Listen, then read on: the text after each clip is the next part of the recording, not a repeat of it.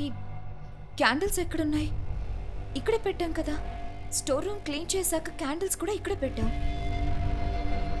ఎక్కడికి పోయాయి?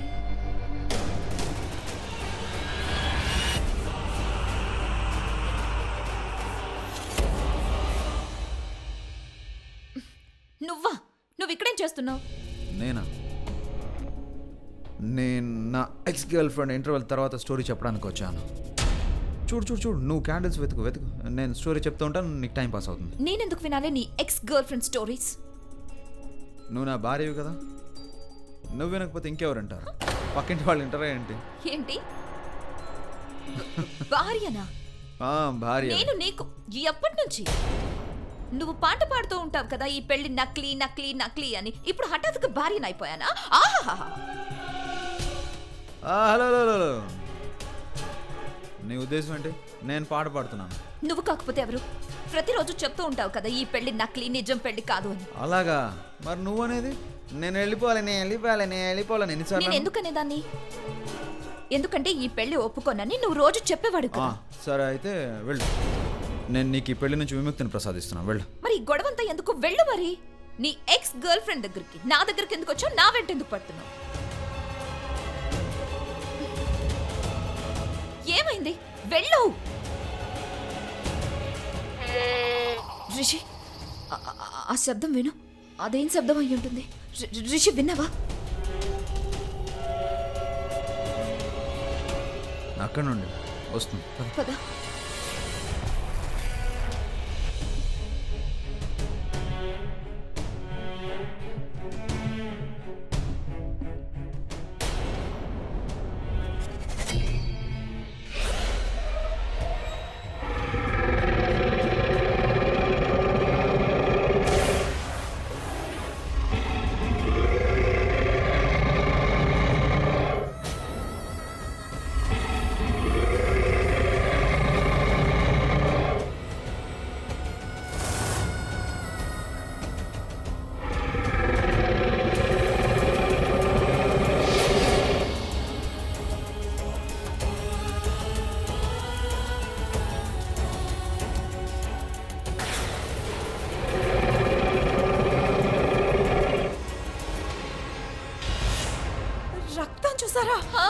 ఇక్కడ ఖచ్చితంగా ఏదో ప్రాబ్లం.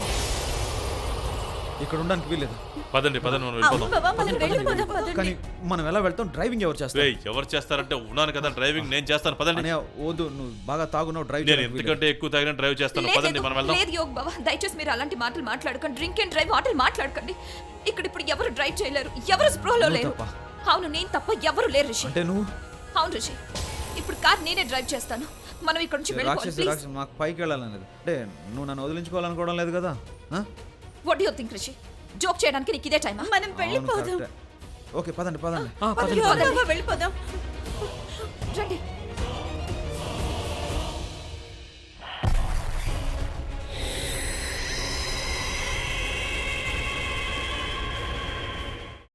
అమ్మా, అలాంటి వాళ్ళది నిజమైన ప్రేమ కాదు, అది వ్యామోహం. ఎగ్జాక్ట్లీ చిన్నత్త, నిజంగా ప్రేమించుకున్న వాళ్ళు అలా చేయరు.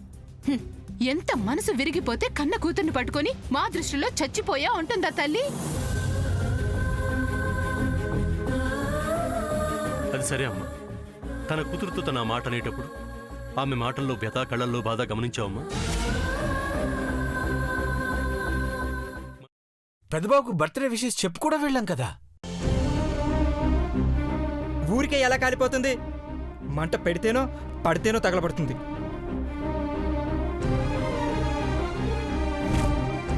కరెక్ట్ చిన్నబాబు, నీకొచ్చినట్టే నాకు డౌట్ వచ్చింది. పార్వతే షర్టును తగలబెట్టిందనుకుంటా.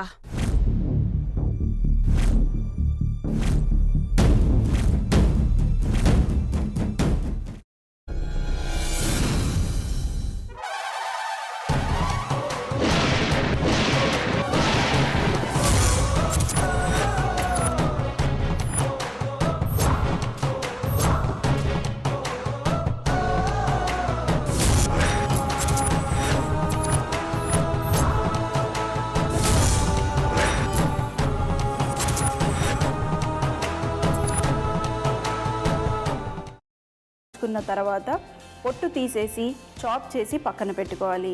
ఒక ప్యాన్లో కొద్దిగా నూనె వేడి చేసి అందులో ఆవాలు, మినప్పప్పు, శనగపప్పు, కరివేపాకు, సన్నగా తరిగి పెట్టుకున్న ఉల్లిపాయలు వేసుకుని 1 నిమిషం పాటు వేయించుకోవాలి. ఆ తర్వాత కాల్చి కట్ చేసి పెట్టుకున్న వంకాయని కూడా అందులో వేసుకుని బాగా మిక్స్ చేసి బౌల్లోకి ట్రాన్స్ఫర్ చేసుకుని అందులో తగినంత చిక్కటి పెరుగు లేదా పల్చటి పెరుగు వేసుకుని మిక్స్ చేసి అన్నంతో కానివ్వండి, చపాతీతో కానివ్వండి సర్వ్ చేసినా చాలా బాగుంటుంది.